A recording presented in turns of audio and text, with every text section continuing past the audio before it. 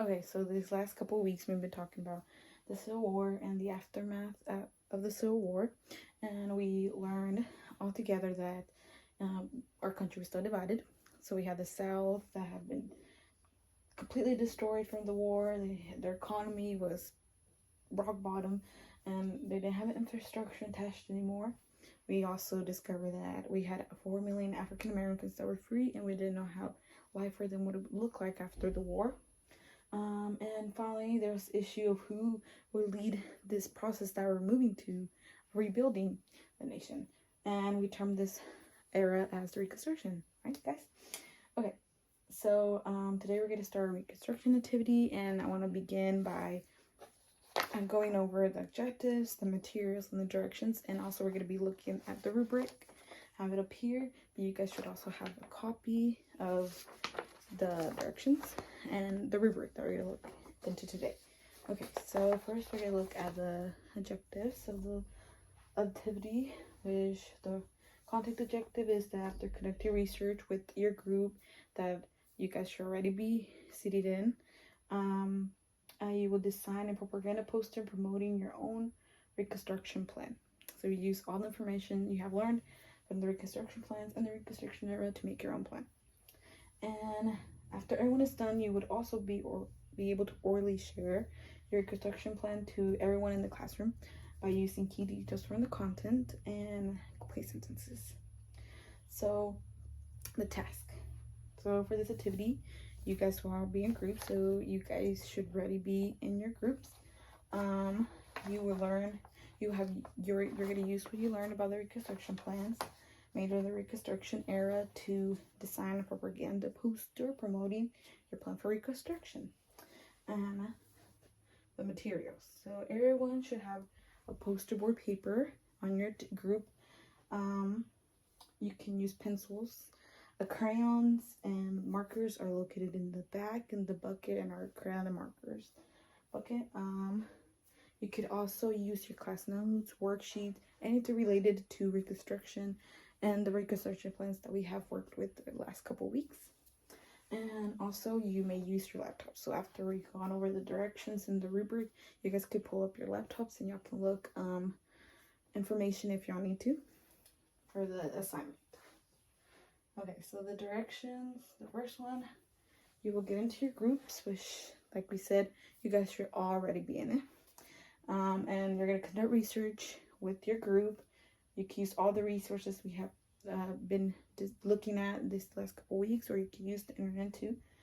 You will design a propaganda poster promoting a plan using a propaganda technique, and we have been over propaganda techniques a couple weeks back.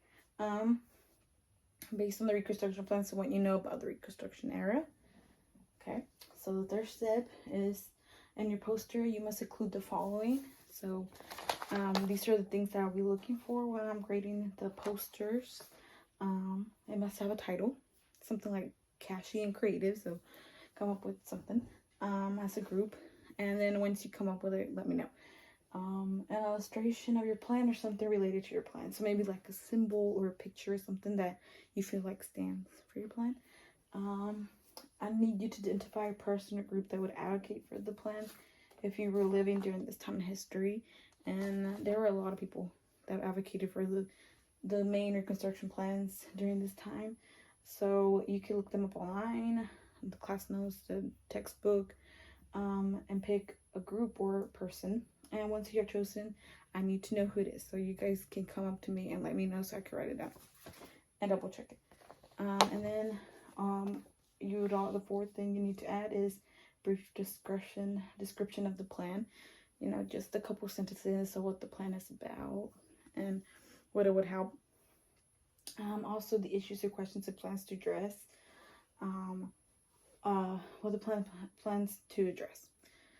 And then color. So your poster should be creative and should look colorful. That's something I'm looking for. And then finally, after everyone is done, you're going to present your poster and your plan you designed to the class. So, and that we'll work on this for the rest of this class period and probably the next day, the next class day, and hopefully Wednesday we'll be able to present. Okay, So let's quickly look at our rubric and what's expected of you guys to do. So it should be the second page, and it's up here too. So the first category we're gonna look for is the content. So this is basically, I just want to see that you guys know the content and have a good understanding of it. So as long as you guys put facts in there, back it up with credible sources, then you should be good on this category. Grammar, spelling. So for this one, I just want you guys to, like, when you guys add any words and paragraphs you make on your poster or the title, just want you guys to double check and make sure your spelling and your grammar is right. You can ask the table, y'all can work together and make sure that's good. And I could also come up help you guys and double check the work that you do with your spelling and grammar. Next, organizationiness. So we're creating a poster, and I want to be able to hang them up out in the hallway. So we're gonna try to make them as neat and organized as possible, you know, as long as it's all well labeled and it looks like it has some organization. You guys should do fine on this category. The fifth category that we're gonna be looking is the use of propaganda technique. And this, you know, a couple weeks ago we already went over propaganda techniques, so I should be able to look at a poster and, oh, they applied one of the propaganda techniques.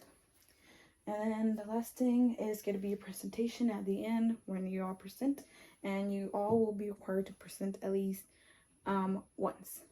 So someone has to say something, even if someone just reads the title or reads the description, or the person that's advocating for the plan or describing their picture. Everyone has to speak, and I'm just gonna be looking for, did you say all the words correctly? Did you slow down? You know, you take, did you use vocabulary words from this unit? And okay, so that should be all, and we're gonna get started. Everyone should have all the materials. I'm gonna be going around and helping you guys out. What do you think we should name the poster? I think we should name it The Reconstruction Era. I think that's a great title. So in the poster, we're supposed to talk about the content, the grammar, and have good spelling. It must be organized and be neat. We must talk about propaganda techniques, and then we're gonna have to present it. So I'm gonna look up some primary sources about the Reconstruction era. This looks good. Here. America's Reconstruction. Overview of the Reconstruction. Okay, so what do you guys have so far? So we titled the poster, and we're gonna talk about the Congressional Reconstruction Plans. Okay, well, I know a really great website that you guys could go to right here, and this could be very useful when you're designing your illustration for your construction plan. Okay, if you have any more questions, you just raise your hand. Okay, thank you. Thank you. So for the last part of this video, I want to describe why I chose the assessment that I did. The assessment that I chose is a performance-based assessment. So basically, for these assessments, students are able to demonstrate and apply what they learn by creating something or to a problem, a real world problem. And it's much different than just answering questions on a test, you know, multiple choice or open response. And there's really 3 reasons why I chose to make a performance-based assessment. The first reason would be because performance-based assessments allows students to be active in their learning, which I think is very important. So it's much different than just presenting students with information like lecturing or telling them to read a textbook or them doing notes. Through this type of assessment, students get to actually look at stuff, maybe through the internet, through the materials they have been using in the class, any sources, and really dive into their learning. It's very student directed because they get to actually look up the information and use what they know. The second reason why I chose to do this activity is because it really allows students to be creative, which I think is very important in the classroom. We need to, I think we should motivate students to be creative and encourage them to use that. So they could design something that shows their thought process. They could figure out ways to answer maybe a situation you present them in a way maybe you wouldn't have thought or anyone else thought. So I think that's really cool that it lets them be creative.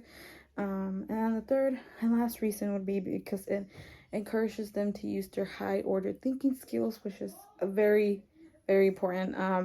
You know, this is more than just, oh, I got a textbook, I got notes, and I'm gonna memorize the information and then just, you know, remember it to answer a question on a test.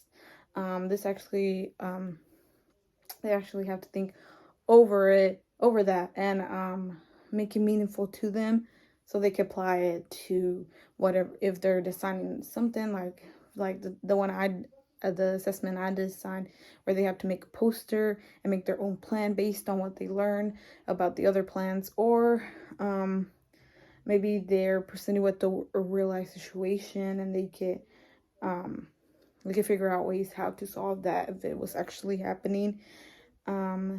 Yes, and also I think these assessments are really useful for teachers because they could provide a window to how students how students are doing in their learning, and if they are or not able to apply what they learned to any situation that may come about. Thank you for watching this video.